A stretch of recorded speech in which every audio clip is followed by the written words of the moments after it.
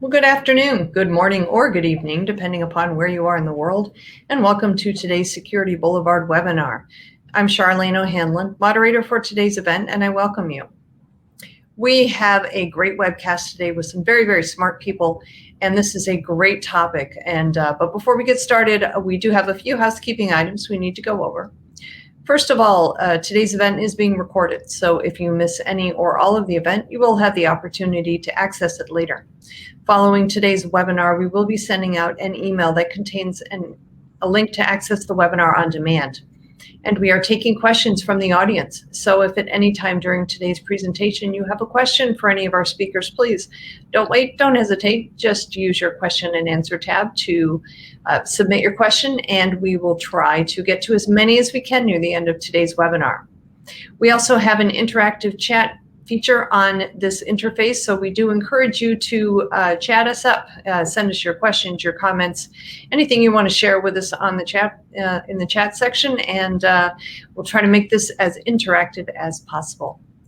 And also, finally, at the end of today's webinar, we are going to be doing a drawing for 4 $25 Amazon gift cards. So please stick around. Hopefully you'll be one of our 4 lucky winners. All right, with that, let's go ahead and kick off today's fabulous webinar, which is 7 critical GitHub security controls. Our speakers today are Ronan Slavin, who is the co-founder and CTO of SciCode. He's going to be joined by Andrew Fife, who is the VP of Marketing at SciCode, and Arun Balakrishnan, who is the Director of Product Management at Shift Left. Gentlemen, all 3 of you, thank you so much for taking the time and joining us today. I do appreciate it. Andrew, I know you are our lead speaker, so I'm going to put myself on mute and let you get right to your presentation. All right. Thank you very much, Charlene. It's always great to be doing webinars with you. We've got an excellent topic today. But before we jump into the main content, I always like to share a little bit of polling data. We ran a poll on the Pulse QA platform asking organizations, what is your biggest unmet application security need, right? So the context here is, not where have you invested the most, but where have you not been able to invest the most, right? What's your biggest unmet need? And I thought the response here was really interesting. Right at the top, number 1 is securing development infrastructure is the biggest unmet need. And most of these responses here actually make sense to me, because if you think about relatively new technologies like infrastructure as code and newer problems such as code tampering, it makes sense that those would all show up. But I thought it was pretty interesting to see here is that protecting the app in production, despite all of the investment that we've put in there, still winds up coming in second as well. But overall, number 1, securing development infrastructure. And that's really what we're here to talk about today is how can we add in critical security to GitHub. So how did we get into this situation? Well, unfortunately, over the last 10 to 15 years, while the software development lifecycle has seen tremendous innovation, the application security tools that we have really haven't seen quite as much innovation. We've got some great movements around shifting left and the concepts of DevSecOps, but they've largely been attempting to take pre-existing tools and insert them into the new SDLC, and that just hasn't worked all that well. Plus, first and foremost, what we've seen is that organizations are simply prioritizing feature velocity over security, and I'm not sure that that's wrong. In fact, I'm pretty sure that that's right. But what it's led to is that there's this large emphasis on the developer experience at the expense of security. So unfortunately, when it comes to the infrastructure, especially in a core productivity tool like GitHub, security is often wound up being an afterthought. And at the same time, a lot of that innovation in the SDLC more recently has taken the form of GitOps, or everything as code. And so what that means is that we're actually collapsing more and more of the SDLC into GitHub. So in the past, GitHub was just source code, but when you think about what GitHub Actions do, when you think about the documentation features, when you think about repos that might contain Terraform or CloudFormation or Ansible or Kubernetes, these more and more of the SDLC can now actually be controlled within GitHub. Plus, if you think about other concepts like immutable and ephemeral builds, we're actually shifting some risk from CI back into the code. And then lastly, there are other tools such as Circle CI that wind up using GitHub as an identity provider. So really, there's so much that you can do that in the source control management system that extends beyond just the dev phase. You could actually argue that the source control management system, in some ways, is actually a juicier target for attackers than the production application, because not only can you modify code, but you can actually create builds and you can operate the application in production as well. So we think that this has created an equation that frankly isn't good. We've got security that's always been a bit of an afterthought, and we've got the target itself of GitHub becoming higher value as we put more and more stuff in it. So that, we think, inherently creates a problem.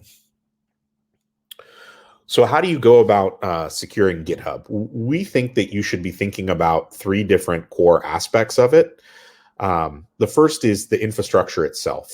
So how do we protect GitHub? The second is, what does GitHub contain? And predominantly it's code.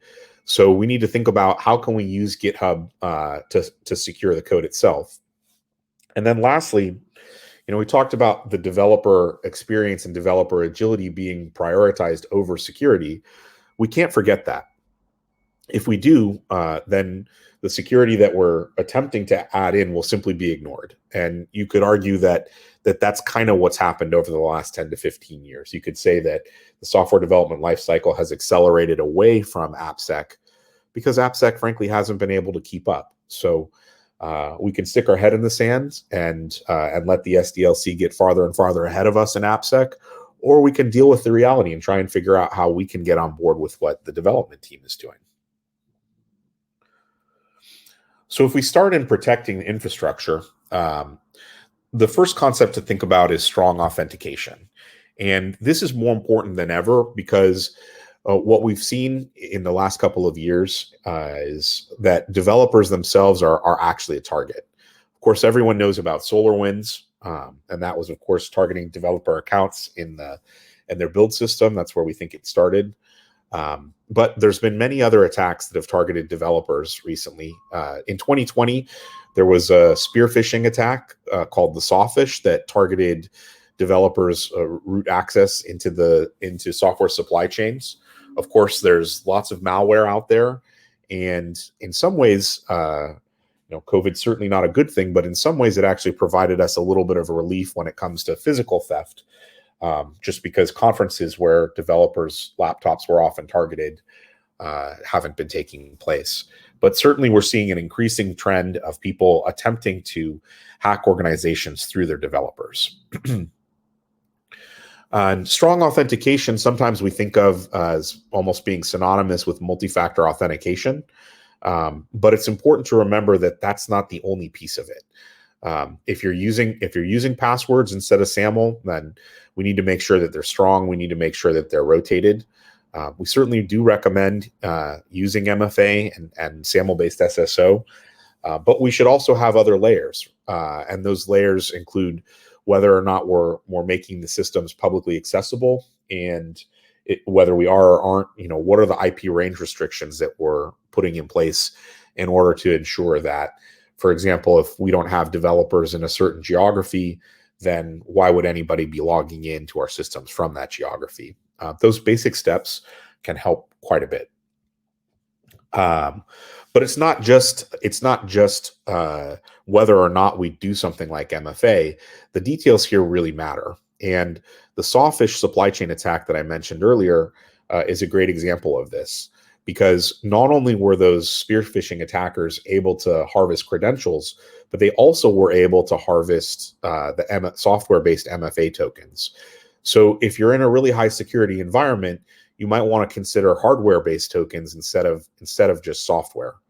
And of course, how often you actually challenge for that second factor, and how often you log people out are very, very important. I think a lot of organizations have gotten a little bit too comfortable in saying that, hey, we're never going to log people out.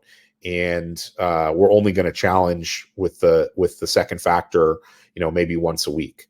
If you're talking about somebody like a developer who has lots of access into important systems, maybe we should be timing them out after 30 minutes or 15 minutes or an hour. Maybe we should be challenging every time. Every organization has to decide that for themselves, but in high security environments, it's certainly reasonable.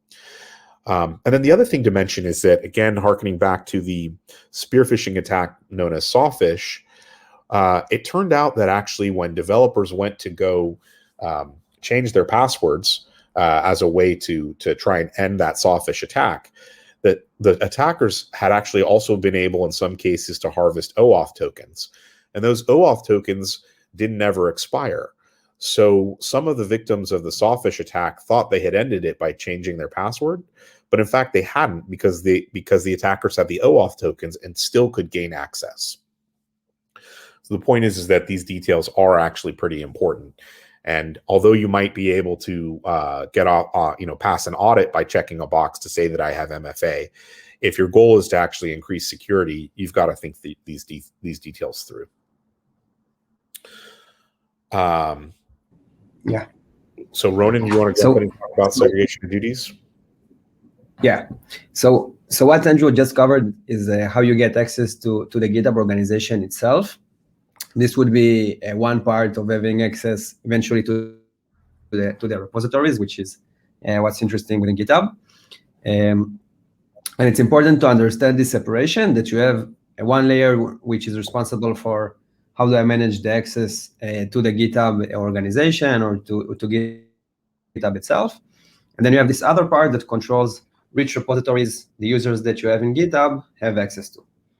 So the first thing to understand there is that there are three main ways to get permissions to repositories.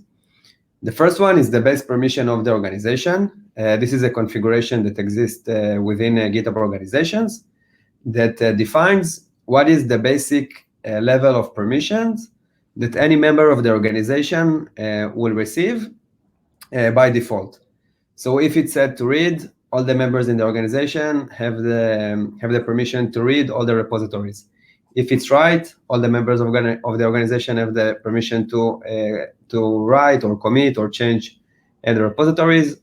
And the best option, at least in our view, is to have this permission set to none, which would make sure that having someone in the organization doesn't automatically give them access to all the repositories, but you use the other mechanisms to control that.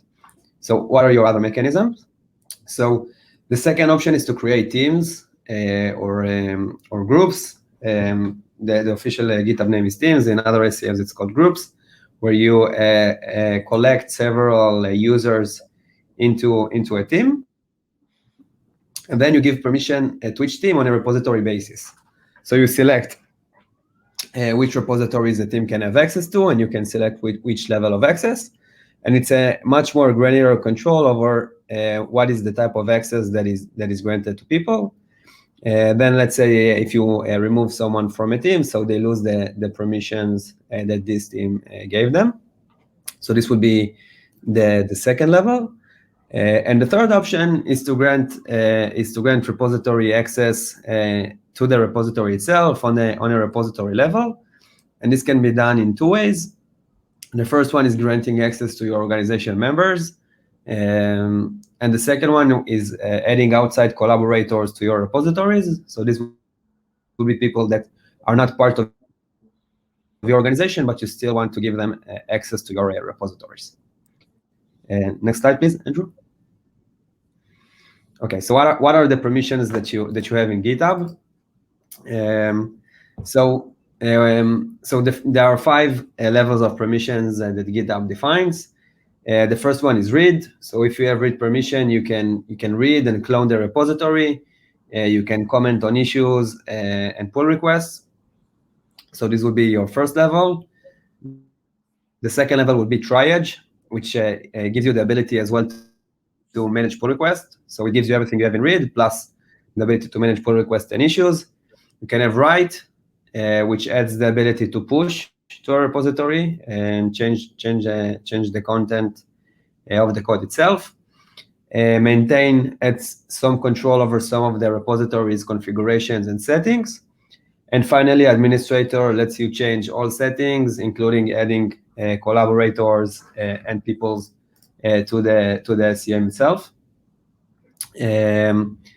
So the official recommendation here would be to give read for non-code contributors who want to view and discuss the project. Triage is for contributors who need to manage issues and pull requests without any write access. Write is contributors who actively like push and change code. Maintain would be for people that need to manage their repository without access to sensitive or destructive repository actions. And administrator would be obviously your administrator, so you would want to keep that as tight as possible. Next slide, please, Andrew. Okay, so the last option to receive access to your code repositories within GitHub would be to use a third-party access. And here you also have 3 main ways to do it. One is OAuth applications. So an OAuth application is an application that the user installs, and then if you have this third-party application access policy, so it wouldn't automatically receive access to your organization. Any user that installs an OAuth app on their account would need to ask for permissions from the organization administrator. If you don't have it, if you don't have this third-party access policy in place, so any member of your organization that installs an OAuth app on their account, this OAuth app will get access to your organization repositories as well. So OAuth app was sort of the initial ways to integrate with GitHub. Later, they released what is called the GitHub app. That is a way to install an application on GitHub that is not necessarily associated with a specific user. So, for example, in OAuth app, when the user is removed from the organization, so they lose access. But in a GitHub app flow, so the app is installed, and even if the user that installed the app leaves the organization, the app would still maintain its permissions. And the last option is for the developer to create a personal access token that would grant access to the repositories within the organizations. So this would be your third-party access options to GitHub. Next slide, please, Andrew. All right. And so after we've authenticated people into the system, the next question to think about is how we can enforce least privilege policies. And this has a huge impact on security. It sounds like a very basic concept, and the concept itself is, but when you force the attacker to get the right developer rather than any developer, you've increased security significantly, because in any given organization, you probably have lots of developers, and if you're enforcing least privilege, then they only have access to a small percentage of the repos that they're actually working on. But there are a couple of other gaps. So if you think about user management, what we should be doing, and what we often do for most user assets in IT, is that we wind up trying to automate the provisioning and deprovisioning of those accounts. And we do that typically based on something like Active Directory, membership of a security group. However, when it comes to developer resources, there are many organizations that, for whatever reason, have chosen to actually not include the developer tools as part of that process. It winds up becoming a separate deprovisioning or provisioning and deprovisioning process that the engineering team runs itself, rather than asking for help from IT for core apps. So what we would recommend is using a tool, whether it's straight up Active Directory or whether it's an Okta or a Ping Identity, something to automate the provisioning and deprovisioning of the basic account. But even if you do that, those tools don't have authorization levels built into them. And so the concept of giving the right developer access to the right repos isn't something that they go deep enough into. So the least privilege winds up becoming very, very important for segregation of duties, and that's really the key to passing audits. But again, our point here is less about compliance and more about the security that it adds. But when you're trying to do this auditing for excess permissions, it's important to take the approach of auditing for excess rather than asking for permission. Rather than forcing all your developers to ask for permission for everything. So the reality is that we're not starting with a blank slate in anyone's GitHub environment today. We've got a set of existing users, and what we want to do is we want to try and identify the excess. We need to be able to audit our GitHub for things like, do we have, who are the users that are not using their admin privileges, and then when we identify a user that hasn't used those privileges in X amount of time, and you'll have to decide whether or not that's a month or a quarter or a year in your organization. But when you find the users that aren't using their full permissions, then you can start taking them away. And of course, the more friendly that we do this, the happier we're going to make our team. So it could be an email or some other type of notification letting people know, that we've noticed that this is an excess privilege. Is there a reason why they need to keep it? That type of thing. And I think that the first 3 points here are probably points that most people have already thought of in some way, shape, or form. Whether or not they're staying on top of them is a completely different story. But the last one here is new and I think important, and that is that as we're moving into infrastructure as code, we're using repos for more than just source code. And so in most organizations, the people that are writing source code for the core features of the product and the people that are writing infrastructure as code with, say, Terraform or Ansible or what have you, have different roles. There aren't, and only in very small organizations are people writing both. So that's a key place to be looking for excess access. Our core source code repos versus our infrastructure as code repos. Then the next thing you need to be thinking about is enforcing consistent policies. The reality is that in larger organizations, or even frankly in medium-sized organizations, there are multiple instances of GitHub out there. And so the policies that we create need to be for our organization, and we need to be consistent in how we apply them. One of the biggest differences is that we've organizations that have .com versions and on-prem versions of GitHub. Another example would be we've got our modern applications versus our legacy applications that are in different SCMs. And then, of course, there's mergers and acquisitions where we might be inheriting new tools and new teams. And then, of course, just the notion that, hey, this is a developer tool. We want to enable developers to choose the right tool for the job so that they have the agility they need to get the job done. And that can mean, I know we're here to talk about GitHub, but that can and often does mean that our source control assets actually include more than GitHub. And so we need to be able to apply consistent policies across all of the different repositories that we're using, whether multiple instances of GitHub or whether we've actually got completely different source control management systems. So that is how those are the recommendations that we think you should be considering for protecting the infrastructure. But that infrastructure itself is so important because it's protecting code. And so with that, what I'd like to do is turn it over to Arun, who is an expert in protecting code. Thanks, Andrew. Yeah. So, yeah, as Andrew mentioned, we've looked at how to protect the infrastructure, right? So that's one part of it. But the crown jewels for a lot of organizations is also the code in the repositories, right? So how do you prevent vulnerabilities from getting into the code? How do you prevent other aspects that you want to keep out of it? So before we look at how to protect, let's look at where to protect, or in what stage of your life cycle. So with most customers who are mature and along the cycle of security, what we see is they prefer to do it at the pull request level.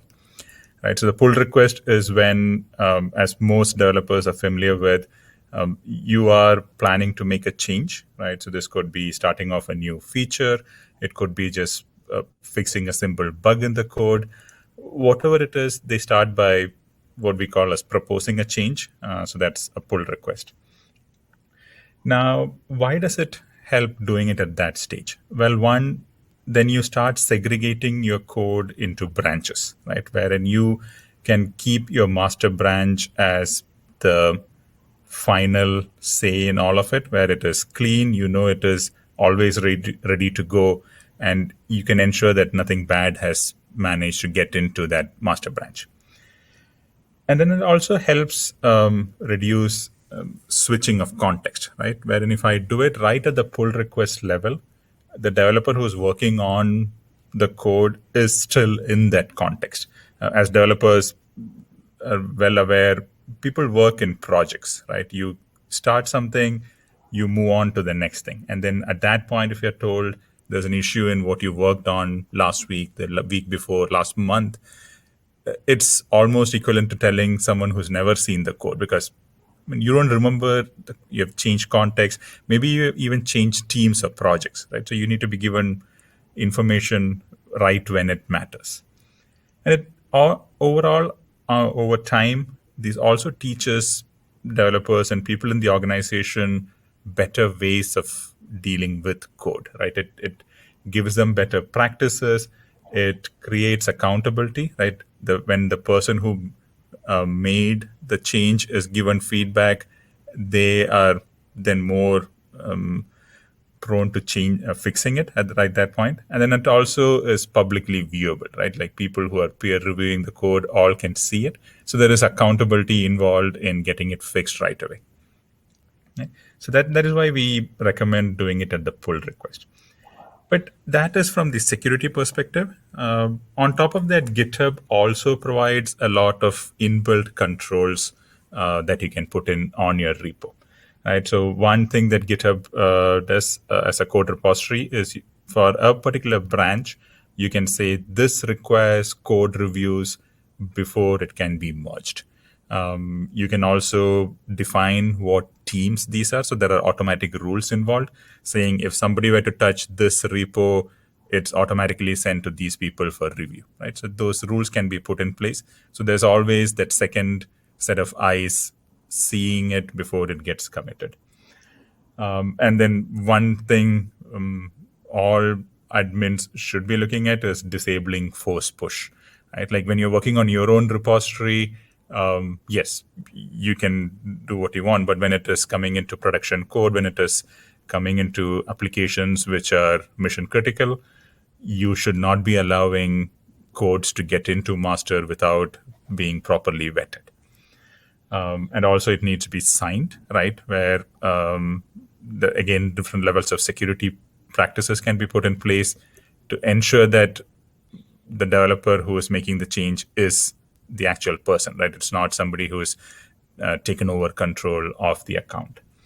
And this is not just for developers, right? I mean, it's not isolating people or roles in the company. It is just humans make mistakes, right? So this is across the organization.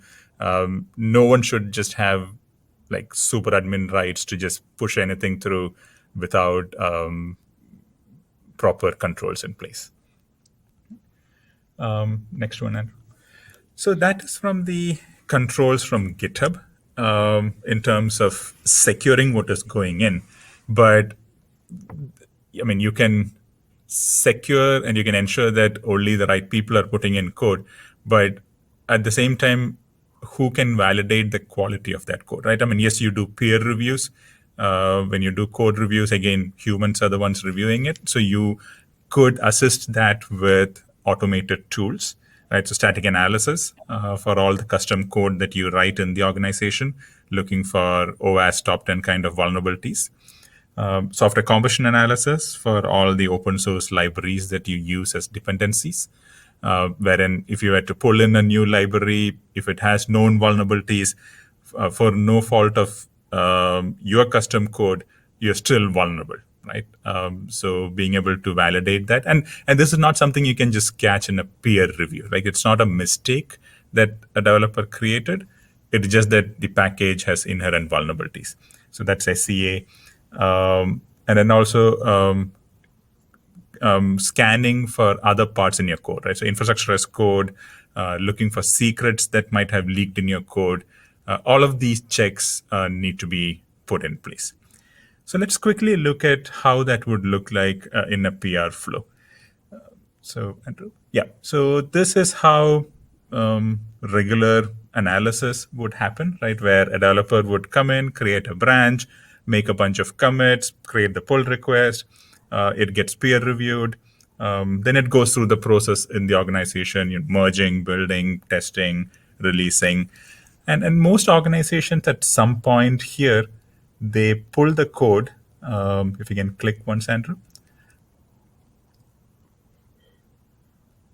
Yeah, the AppSec team comes in, they pull the code, they run like static analysis, SEA, they triage the results, and then throw a bunch of vulnerabilities over the wall onto the developer team. And here you can imagine these might happen, say, 2 months after the changes is made.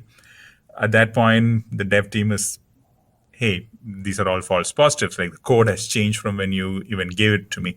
Or even if it's valid, like, who wrote this code? Maybe that person is no longer in the company or on the team. Or even if you find the developer who wrote the code, it's like, hey, I wrote this weeks back, months back. I would have to, like get away from the project I'm doing today, focus, understand what is done. Maybe I need to rewrite a lot of code because we've made a lot of modifications on top of it.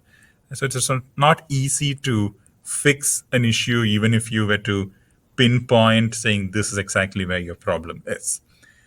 So the approach that we see organizations take today, and the next one, is to put this, next slide, please, is to put this right into that pull request workflow, right? So wherein if you see right when you are in the pull request, even before it goes into peer review, if you can analyze the code for all the things that we mentioned, right? So vulnerabilities, package vulnerabilities, all of those issues, the developer who made the changes immediately get feedback.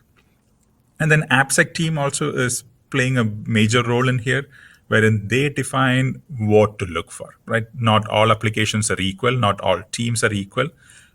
Say an application is external facing, touches the production database. AppSec team could say, we just cannot afford to have any SQL injection vulnerabilities in here, right? So those policies and rules can be put in place. And then the feedback is immediate to the developer.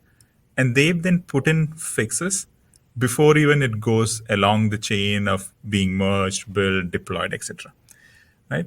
So you're pretty much following the same process that you follow for unit test and bug fixing, but now it is for security. And it's specific to developer changes, as I mentioned.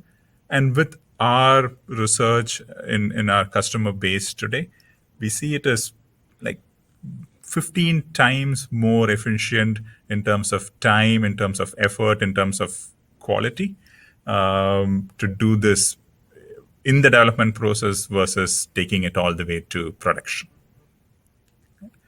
With that said, Andrew, back to you. And if you do have any questions, please do post them in the Q&A tab. Thank you, Arun. So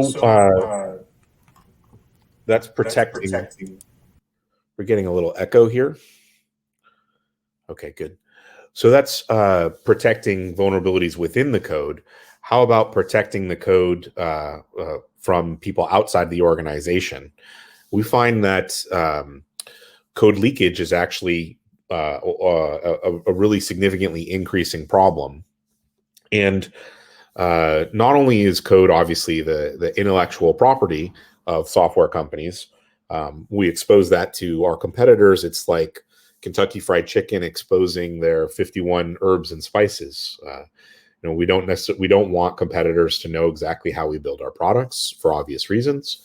And we see that in tech, actually, this is a fairly big problem, that people are actually reverse engineering products and rebuilding them. And of course, if you've got the ability to understand how the code works, if you're malicious, then you also potentially have the ability to understand how the code is weak and where you can attack it. And lastly, as we mentioned, if you're not preventing hard-coded secrets from going into your code base, then when you have a code leakage, what else have you exposed out there? Do you have admin credentials for another system that's in your code that now, because your code has become public, it is the credentials are now out there. So code leakage is a very big deal. Unfortunately, a lot of organizations don't realize how big of a deal it is, and we were able to find some information that actually came from GitHub itself. The important line to look at here is this lighter blue line going up, and what that's telling us is the number of repositories that are impacted by code leakage. It increased by 10x from 2015 to 2019. And this is a 10x multiple here, right? So almost 15,000 code repositories were impacted by code leakage in 2019. The fact of the matter is that it's a really, really easy problem to get oneself into. And one of the things that we like best about GitHub is unfortunately probably responsible for it, and that's the dual nature of identity in GitHub. One of the only critical applications where I have my own identity and I take that identity to my place of work, but when I leave, I take my identity with me. And that concept of dual identity leads to quite a lot of inadvertent leakage. There absolutely is some pure theft. But a lot of this is just straight up inadvertent leakage when a developer clones something and doesn't maintain the correct permissions with that clone. In 2020, we saw, I don't have the total stats, but we saw a lot of notable code leaks as well from really great development organizations. Certainly, I think most people would put Apple and ADP and Microsoft, Intel as great development organizations. But the other one that I want to point out is that GitHub themselves had a code leakage. So it's inadvertent mistakes that are causing these problems. But even great shops can make these types of mistakes.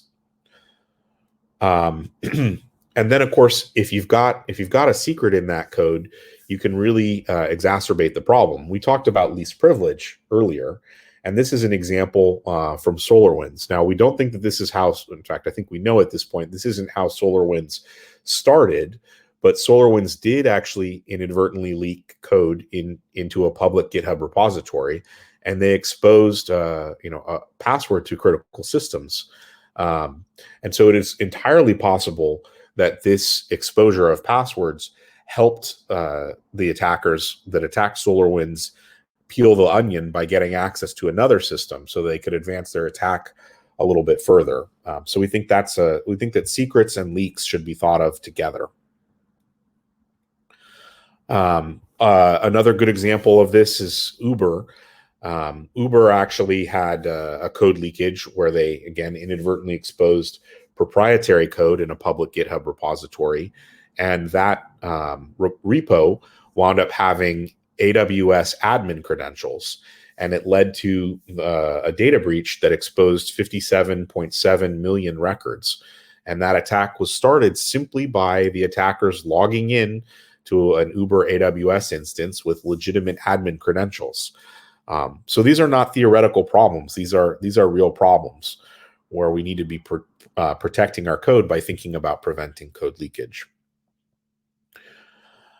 So when you're thinking about code leakage, really what you need to do is you need to be monitoring forks and clones. You need to have a list that's documented of who is creating copies, which repo did they create copies, and how exactly did they create that copy? Because, for example, code that was downloaded is potentially more suspicious.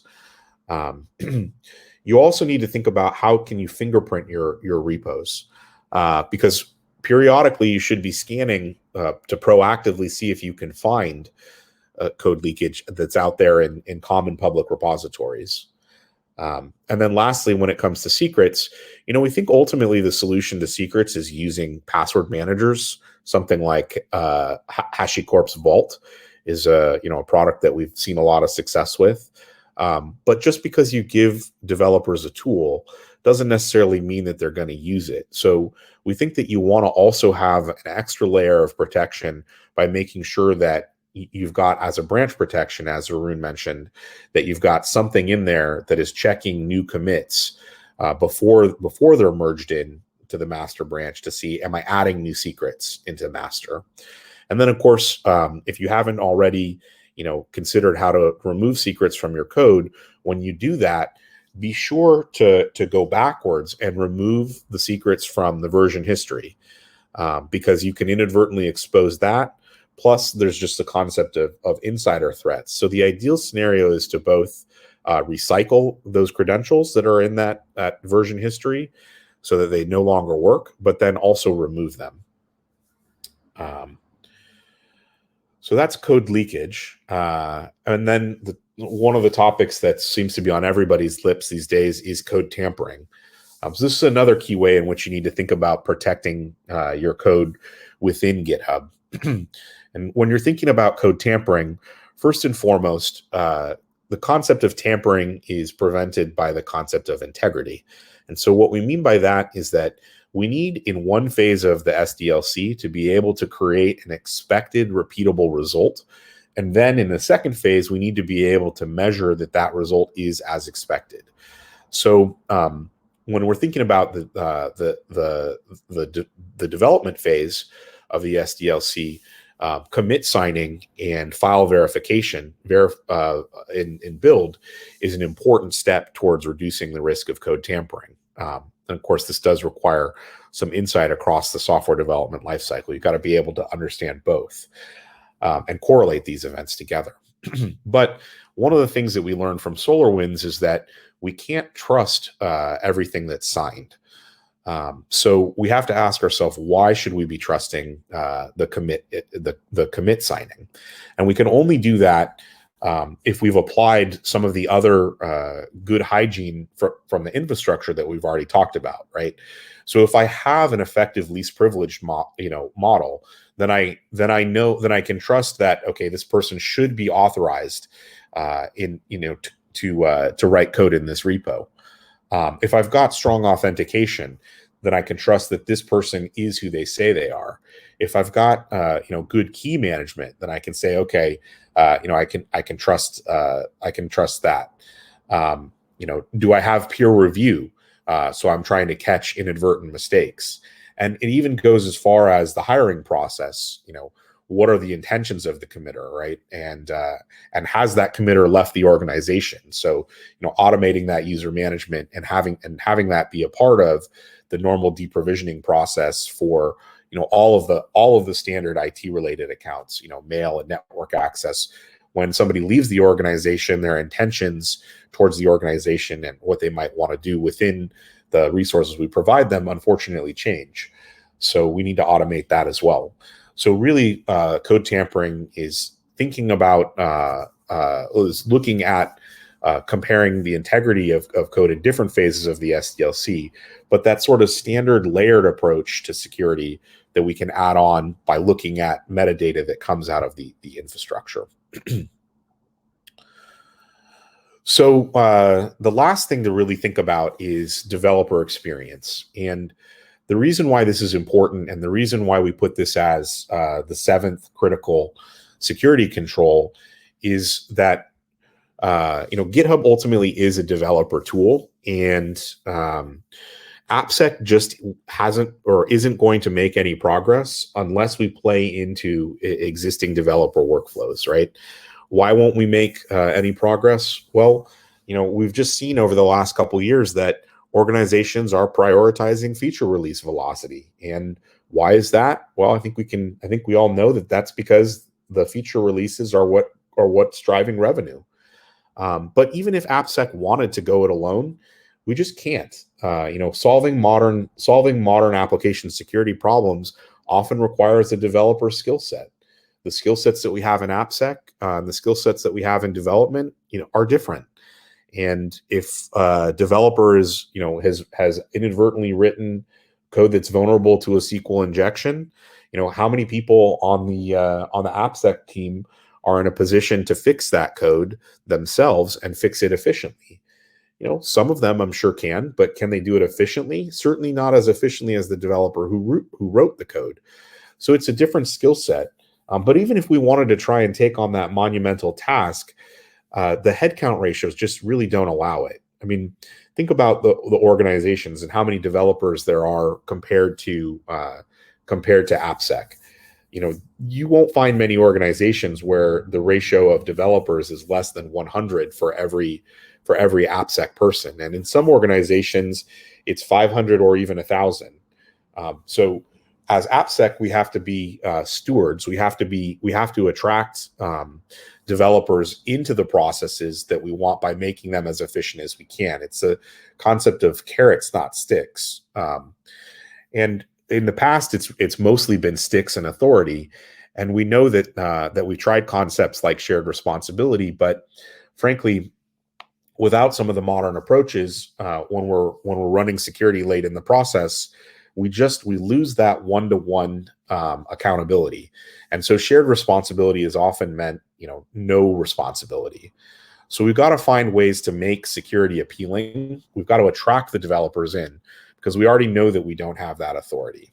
But we're seeing a lot of innovation in AppSec finally, whether it's graph databases, whether it's organizations, figuring out how to embrace the concepts of shift left, and whether or not it's sharing knowledge across communities, which hopefully we're a part of today, and giving you some ideas. AppSec technology is starting to catch up. We are starting to see some breakthroughs. So with that, what I would actually like to do is spend a couple minutes and show you exactly how Cycode can help with some of these problems. So I'll pass it over to Ronan, and he'll give a quick demo. Thank you, Andrew. I'll try to share my screen. Which one is it? It's this one. Okay, so hopefully you can see the screen. Let me know if you can't. Okay, yeah, I think it's okay. So sort of a short intro about how Cycode works. So we connect with the leading source control providers out there. Each of them provides an API that we use to build a platform. And we see that many organizations, because of several reasons like M&As or simply the history of the company, they have more than one source control, so we can accommodate that, as well as if an organization has several organizations within the same source control. We also connect with cloud and infrastructure to detect issues there. And finally, we integrate with alerting and issue tracking to support the native workflows of the security teams that we work with. And really, the first thing that we do is we give our clients what we call the asset inventory, where they can see the various assets they have across SCMs and across organizations from a single point of view. So the way that we define assets, we would have the users, which would be people that have access currently to your source controls. Contributors would be your past employees or contractors, the various teams that you have, the repositories and the organizations. And for each of these, we've built sort of an asset view that you can go inside and see the specific alerts that triggered, in this case, for this repository, which users have access, what is the reason that they have this access. We talked about it in this lecture. So is it coming from the organization or from a team or from a specific user? Did they contribute? We can in enterprise instances audit clone events, so various security-related data. And then the core of the product is policy-based, and currently the policies are divided into these 6 categories. So the first group, what we call access, is around access configuration of the source control itself. So let's say whether two-factor authentication is enforced in the organization, or which users are missing a two-factor authentication in their account. We've mentioned in this lecture, or in this webinar, sorry, the base permissions. So if the base permissions are too high, also if it's resolved, we're able to automatically identify it. So this is one angle. And then the second angle is looking at each individual user's permission and each repository permission, analyzing their activity and trying to understand if this is indeed a permission that they need. So if I see a user that has write permission to a repository, I would expect to see commits. If I don't see commits for a long period of time, for us, this would be access privileges. And we would recommend either to reduce it or remove the member's permission completely from the repository. So this is the option to reduce it from write to read, and this is to remove them completely from the repository. In addition to that, we do it at the team level. So we've also mentioned it, that you can get permissions from a team. So if an entire team is not using their permissions on a repository, and then also the suggestion would be either to reduce the permission or remove them from the repository itself. Detecting stale users in the organizations, and obviously detecting stale admins, which will be your administrators that are not showing any administrative activity at all. And sort of a complementary to that, we have the insecure configuration section, where we look at the repositories configurations themselves and whether they are configured securely enough and if there's anything that should be improved there. So the most basic thing that we check is repository visibility. Something that happened too many times before is the repository change from private to public, essentially exposing the repository. But other than that, we look at all the issues that we talked about before. So whether branch protections are set for a repository, if they are set, so do we disable force push on the default branches? Can the default branch be deleted? Are we enforcing commit signing on the branch protection? And even looking and checking whether the branch protection are violated. Again, like we mentioned in this webinar, so a lot of times we don't enforce these mitigations on administrator, and if this is the case, they can commit directly to such protected branches, and something that organization sometimes do. So we check it and we'll let you know whenever this happens. We're a bit out of time, so I'll just cover real quick the rest of the models. So in the secrets, we look for any hard-coded secrets within your private repositories, as well as secrets that might have leaked with your developers and public contributions. In the leaks, we look for proprietary leaks that might relate to your organization.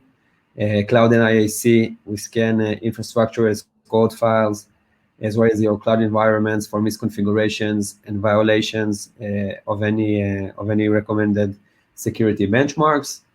And in the audit section, we aggregate events that happen within your source control, so you could have either audit reviews and be easier to answer to compliance standards.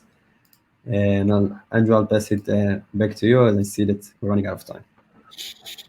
Okay, so I guess we should shift into Q&A, and it looks like we've had a couple questions come in already, but feel free to ask more. We'll answer as much as we have time for. So the first question that I see here is, where would you recommend we start? I assume they mean start in terms of securing GitHub. The second part of the question is, what is the biggest bang for the buck? So I can't say like on anything that is. So the first one would be the base permission, definitely. Like make sure that you don't have a base permission with write access to all the developers. Then read is something that we would also suggest against. It's better to have permissions on the repository level. Branch protection is also really important, something that you should make sure that you use. So this would be my top two. Okay. There's another question here, and this is about comparing permissions between different SCMs. It says, my company has found that GitHub does not provide enough segregation of duties in teams. We're looking at GitHub where they do it better, and they're asking, what is GitHub doing to change that issue? So I guess the way I would think about that is that, all of the different source control management systems are going to have, they're different, right? So they're going to have some things that they do a little bit better than others. But I think for our perspective at SciCode would be what you really want to be thinking about is how do I manage all of them? Because we know that organizations are gonna always default towards feature release velocity. So if you have a need to use one or the other, you should actually play into that. And what you want to do is you want to standardize the policies that you create. So you've got one corporate security policy that you can push across all of them. And if you do that, then you can get away from some of the intricacies of this tool versus that tool. And when you're using something like SciCode, we make it very easy to do that. So that was a softball for whoever asked that. Thank you. Third question is, how do you get developers on your side? Any tips? Arun or Ronan, either of you guys have ideas on that? I think like the ways to get them on your side is, to use tools that don't interfere with their workflows or that integrate with their existing workflows. So integrate with the pull request mechanism. Don't request them to learn a new system and use that.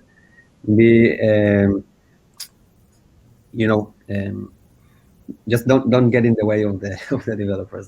This would be my suggestion. Arun, any thoughts from you on that? I would echo what Ronan said. I mean, the more you make developers do work, that is where the resistance comes in, right? So anything that works into their existing workflow, where they get feedback, and also ties into the systems they're used to, right? Like if a pull request is stopped from being merged, they understand that, versus saying, hey, click on this, go figure it out, and then come back here to continue your work. That would not happen. This next question, I think is really directed at you, Arun. It says, I don't see code analysis as being realistic to do in pull requests. No way my dev team will wait for results. How do you address that? Sure. Yeah. So that depends on what you're used to, right? So at Shift Left, we call ourselves next generation static analysis, code analysis, because of the speed that we promise, right?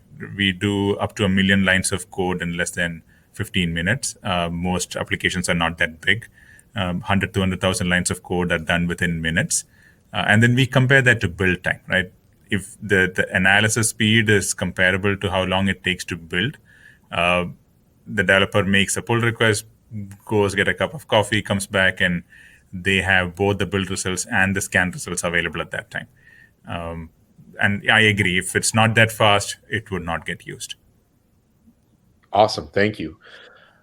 So those are all the questions that we have for now. Charlene, I think you said you needed the last couple minutes for some giveaways. I do. If you can just let me know that you can hear me, Andrew. Yes, I can. Okay, perfect. Excellent. Yeah. Never know with these microphones these days. Okay, yes, I do want to thank everybody who did submit questions. Those were some great questions that came in. If you have a question that you want the folks from SciCode to address, please go ahead and use the question and answer tab. If we don't get to it during the webinar, please know that they will get a copy of all the questions that came in, and I'm sure they'll be more than happy to follow up with you offline to get your question answered. Just a quick reminder also that today's event has been recorded, so if you missed any or all of the event, or if you just want to watch it again, you'll have the opportunity to do so. Following today's webinar, we will be sending out an email that contains a link to access the webinar on demand. And the webinar is also going to be living on the Security Boulevard website, so you can always go look for it there. Just go to securityboulevard.com/webinars and look in the on-demand section, and it should be right there waiting for you. Real quick, before we close things out, I did mention that we would be doing a drawing for 4 $25 Amazon gift cards. So without further ado, let's go ahead and do that. Our first winner today is Jorge G. Congratulations, Jorge. Second winner today is Andre F. Congratulations, Andre. Our third winner today is Tom B. Congratulations, Tom. And our fourth and final winner today is Michael F. Congratulations, Michael. We'll be following up with all 4 of you via email to get your Amazon gift cards over to you. So please check your inbox. And if you don't see anything there, please check your spam folder. All right, we are at the top of the hour, so I do want to thank our presenters for a great presentation today. Thank you, all 3 of you, so much. Great stuff. I love the demos and lots of great information all the way through today's webinar. So thank you very much for your time and your expertise, guys. Really do appreciate it. I also want to thank the audience for joining me today. This is Charlene O'Hanlon, and I am signing off. Have a great day, everybody, and please stay safe.